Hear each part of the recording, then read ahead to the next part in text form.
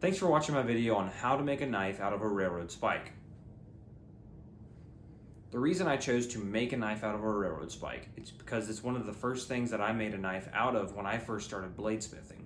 Many bladesmiths use railroad spikes to make knives in the beginning and then stop later on. It's still a usable piece of steel, and I wanted to show you what you could really do with a railroad spike when you forge it properly. If you like this video, then please do me a favor, subscribe to my channel, click the bell notification, and give it a like. Also in the comments, put your suggestions down. You never know what I might pick up and make. At 500 subscribers, I'm going to be doing another giveaway, so make sure you subscribe. Thanks for watching the video, and as always, stay sharp, my friends.